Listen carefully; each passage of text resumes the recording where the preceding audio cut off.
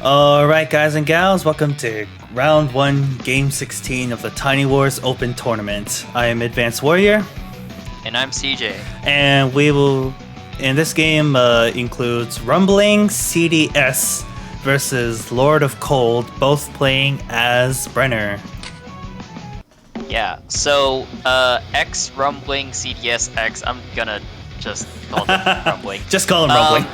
Yeah, in the top left. And so let's talk about Brenner, since they're both playing Brenner. Brenner is a really good CO, especially for beginners. He's very forgiving, and the reason why is his day-to-day is a 3-zone 10-30 boost. So 10 attack boost, 30 defense boost to all units. So he's a tanky boy.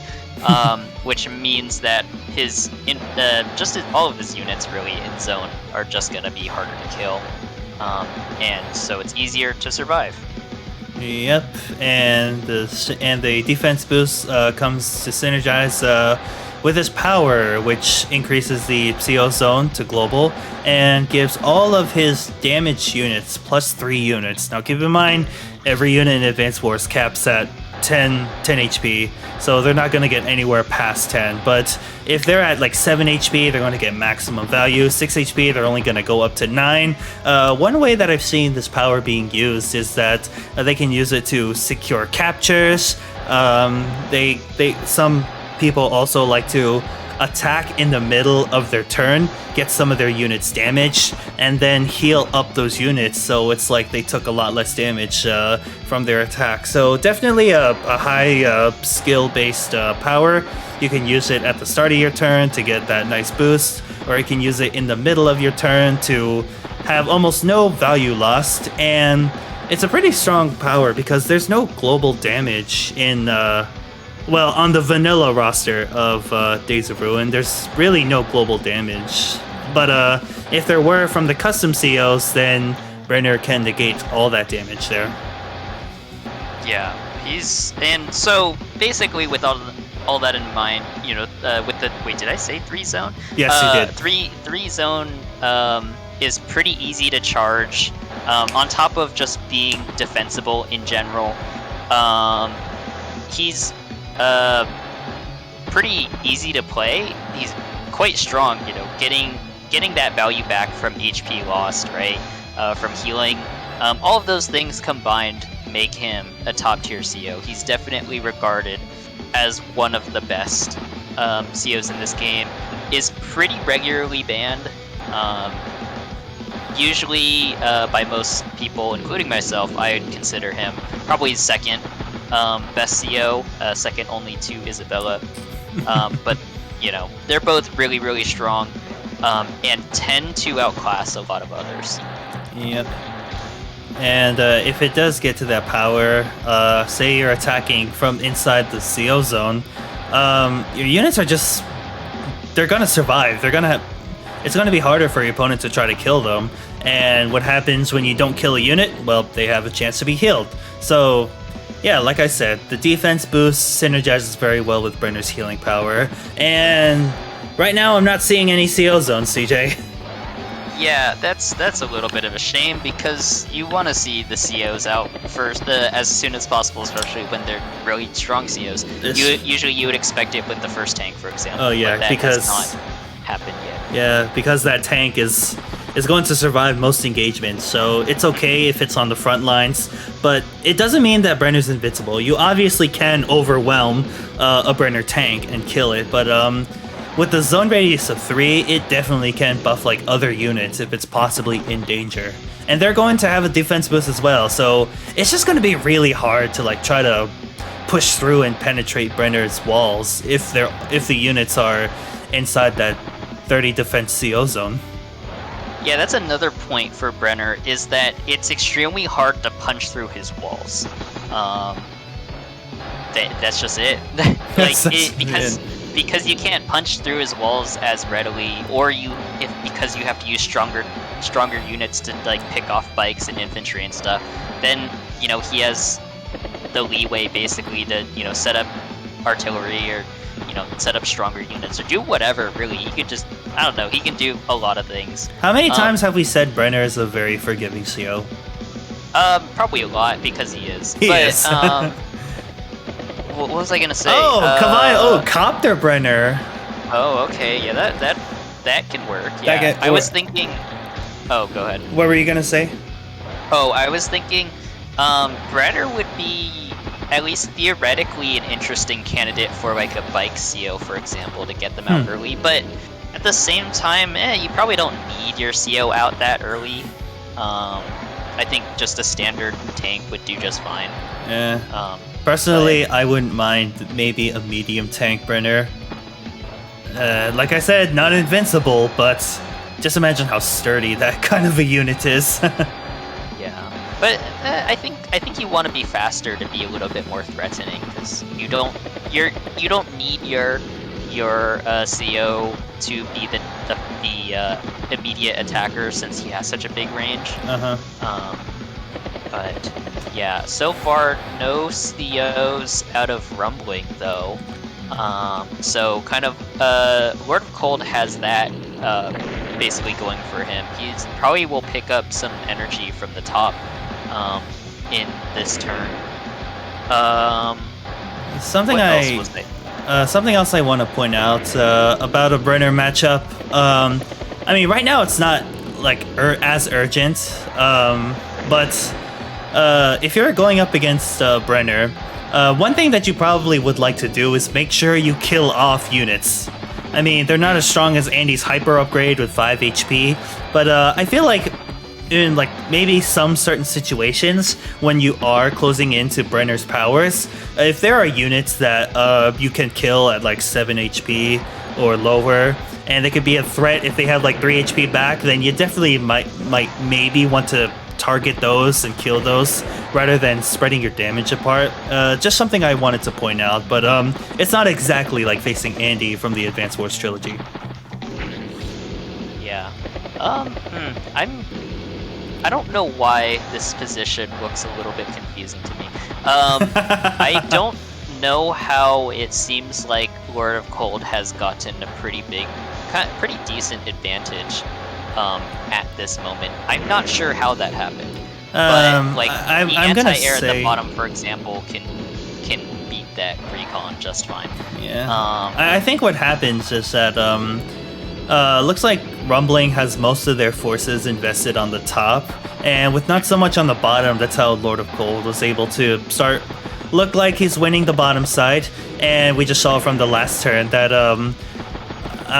Lordofcold was more comfortable engaging into some of those units for 2 reasons. One, the main forces aren't as close. Like, as you can see, they just barely made it to that corner. As well as, we're finally seeing the medium tank Brenner. As well as seeing the Brenner Copter just moving in, giving off that charge and that defense boost. So it was a very comfortable move for Lordofcold to move in the Copter and attack with all of those units. I can't recall if they won any properties from that engagement. But yeah, I can see why it's starting to look like Lordofcold is like slightly in control of both of the fronts there. But there is a massive force that is coming through the top side from Rumbling here. So, and they both have their COs on that same front, so we're probably gonna have a big fight up there. We'll just see how it unfolds. Yeah, one interesting thing about Brenner matchups is you might not actually need to use your CO power as soon as possible.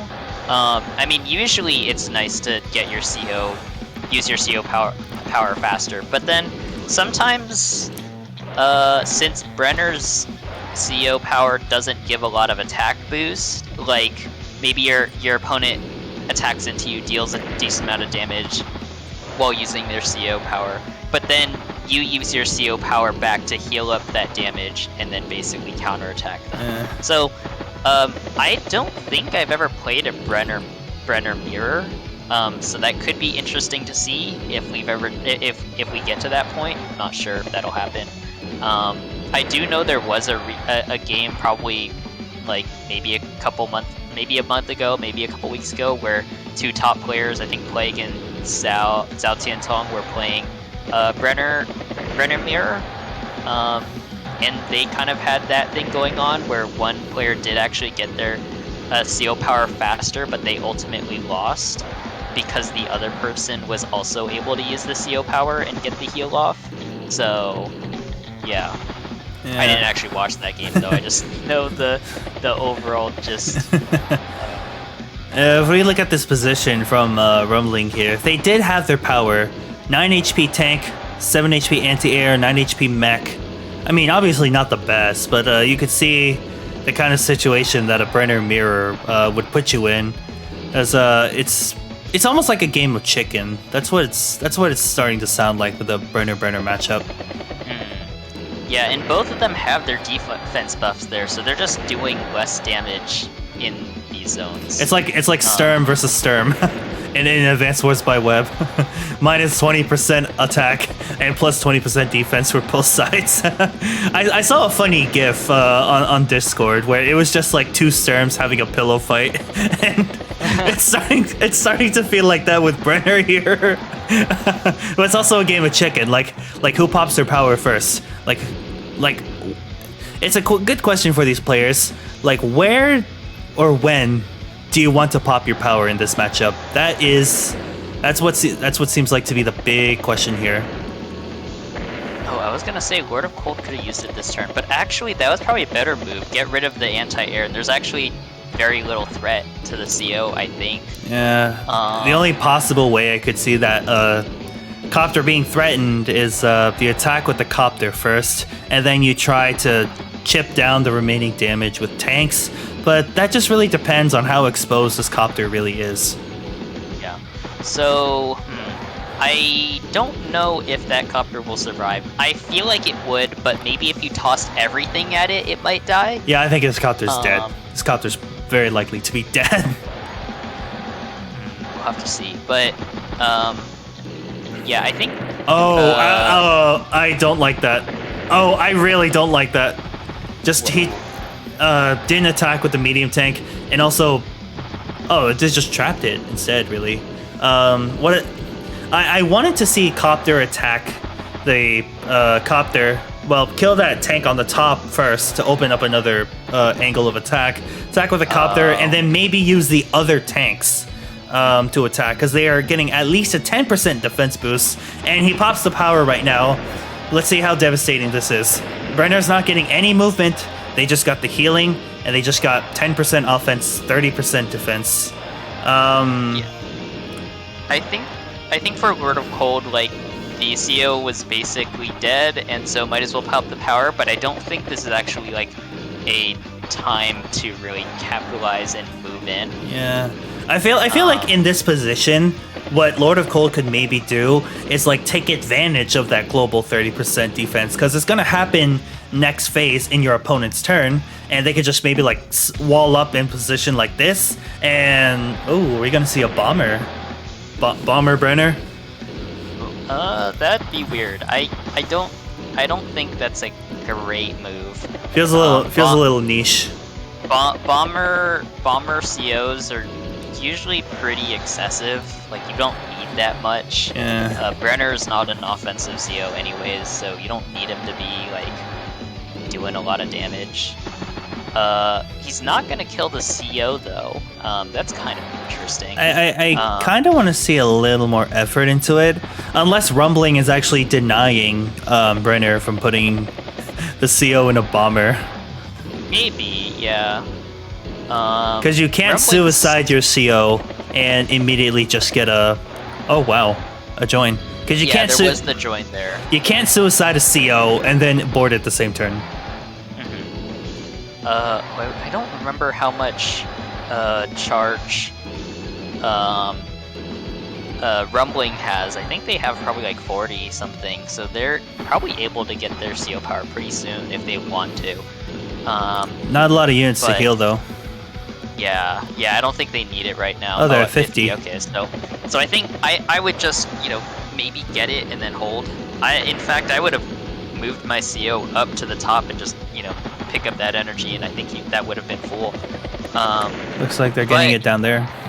But Rumbling does have the motivation to play faster because they need they are at a one property flip disadvantage. That's 2k income, I think.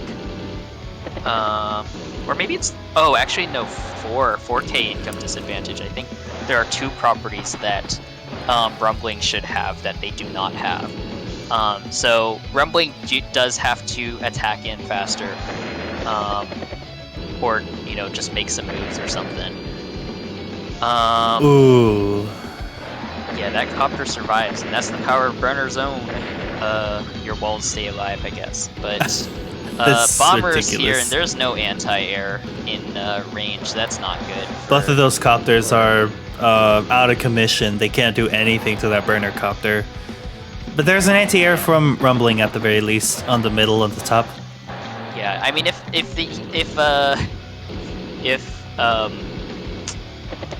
Rumbling can use CO power and then gets to join those copters to make a full one again.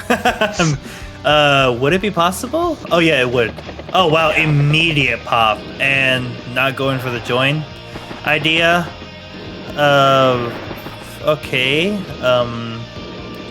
I would have moved the CEO unit back, probably. This feels a little premature, and right now he's not getting a lot off of it. Yeah, it's a weird position. It's like you can't really push very well with Brenner. Plus 10% offense isn't gonna do much for you. So yeah, it's almost feeling like a stall fest here, but I am not so comfortable with Lordofcold's position with that tank. As you can see, now it's exposed from 2 angles. 1 tank. Oh yeah, that tank. Oh no, it's not. No, down. it's not down. Went for the trying to protect the copter, maybe. But I guess Lordofcold is basically just gonna do the same thing that Buster tried to do to Mini Ninny. The trap the CO not thing. the trap the CO thing, but like leave it at low HP where they wouldn't want it to stick around, or like they wouldn't build it in another unit. But I don't know how effective that strategy is. The tank can escape with 3 HP, and right now it's just gaining charge and probably gonna fall back. But with the bomber hightailing there, it's gonna be that's gonna be very difficult to protect that medium tank.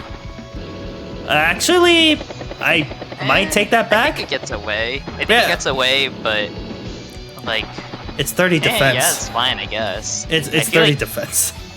I feel like it would have been fine to kill, but yeah, this is interesting because this is definitely not a stally game. Okay, now it's dead. This is not a stally game. There are very few indirects. There are not really many walls. I guess there's a wall on the bottom, so nothing's really happening over there. But Lordofcold is fine with that position since they have more properties on that side anyways. I would kind of like to see a power. Kinda. Another one? Well, at this point. Actually, yeah, that would have been a decent time to use it. A decent time. They get healed up and they're slightly harder to kill. Yeah, but you could use it next turn too, I guess. Or lose a couple more units. Yeah. Then it's a little bit less. But a bait maybe? I think Lordofcold still has an advantage here. That tank kind of goes in, I guess that tank was gonna die anyways because there are more tanks in the area. Lordofcold has just domination over the top side, so I think they're okay. Crumbling's a bit spread out on the top side there, and it's expected when you're moving in for a turn to attack. Yeah, your units aren't in the best positions, and this is just Lordofcold kind of taking advantage of it, sort of trapping 2 units because they're like in between enemy forces.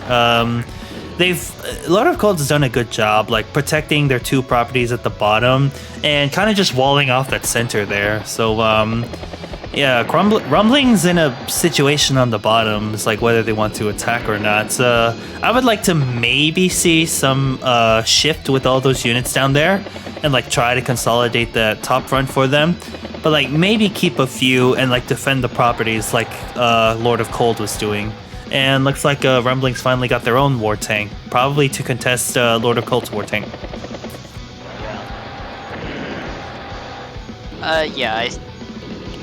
I guess that's a thing you can do. I don't see war tanks very often, but that's fine. I like the patience here, not using the power yet because there's not a lot of value you could get off of it right now. Yeah, I mean, if they didn't use it the other turn, like I guess they shouldn't be using it now. But they have a pretty dominant position on both sides. I think Lordofcold can basically I don't think it would be too difficult to close this out for them. The buff war tank. Yeah.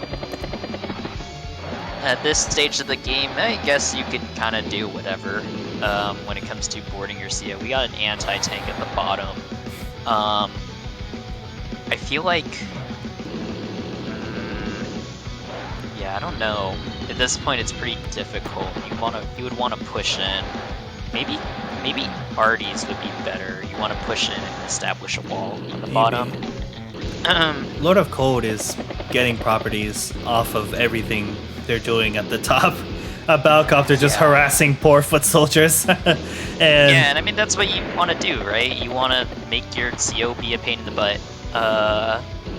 And I mean I guess that didn't have to be something that the CO necessarily did, but there's the artillery. That is what they are doing. So yeah, well that's a lot of artillery. I guess they have gotten a lot of properties, so establishing a wall is good for you. Or I guess fortifying your walls is fine, and then you'll just continue to build up income until it's overwhelming. But I mean, at this point, it is decently overwhelming for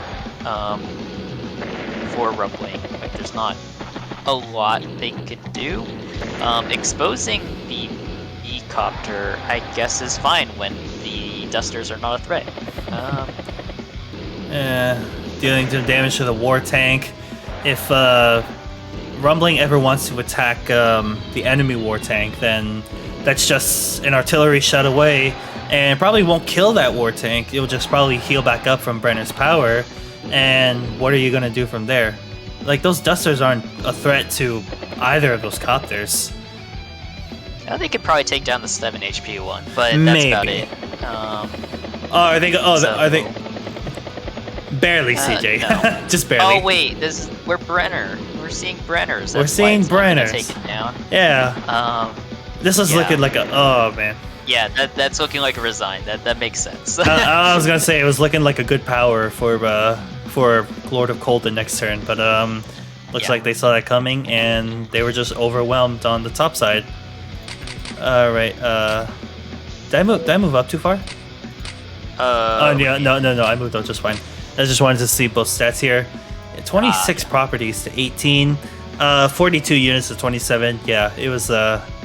Rumbling was in a very tough situation. There was a war tank with a Brenner CO zone on the way. They're all just gonna get healed back to better and just obviously deal a lot of damage here, and then kind of like have like a pincer attack on these poor units here.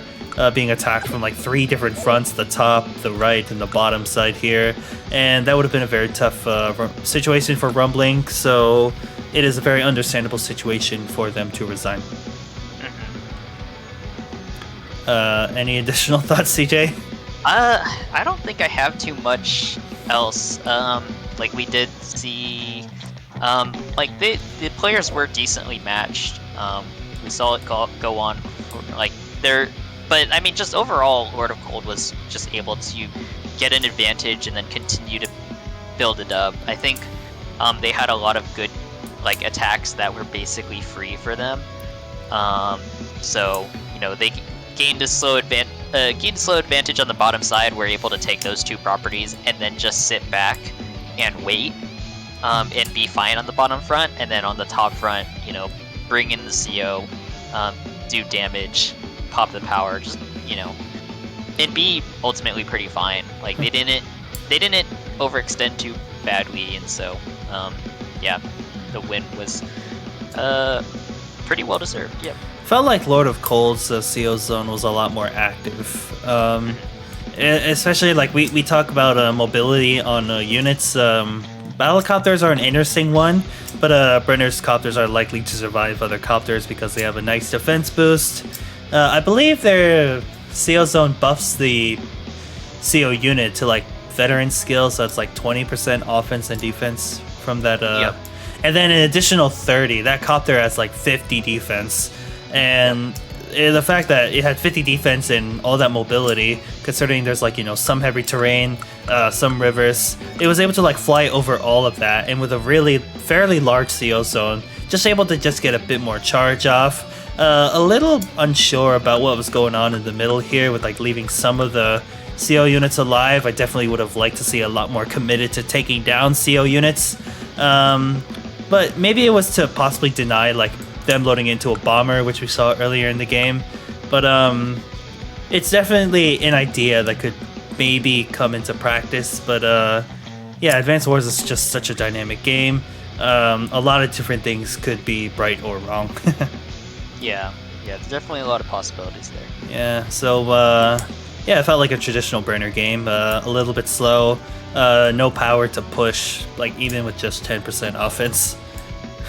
All right. Yeah, but we didn't see too many walls, so it, you know, not not as stally as you would expect from a Brenner here. But also, yeah, the COs came out a little bit later than I would have liked, but ultimately they did, you know, come into play. You know, both players were able to use their powers and stuff. So at least there's that. You know, it's not an overwhelming like complete CO denial type of deal. Yeah. So we just saw walls, but not that much indirects. Oh, now we see indirects from Lord of Cold down here. Yeah, because Lord of Cold made like 3 artilleries in one turn. Yeah. But, All right, guys and gals, that is Game 16, round 1 of the Tiny Wars Open Tournament.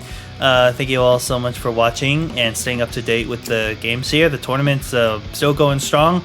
All these games have been pretty good. You can expect them to get a lot better as we move deeper into the rounds. But feel free to stick around and see how those turn out. Guys and gals, I am Advanced Warrior. and I'm CJ. And you all have our warmest regards. Please take care. And thanks for watching. Ciao, ciao.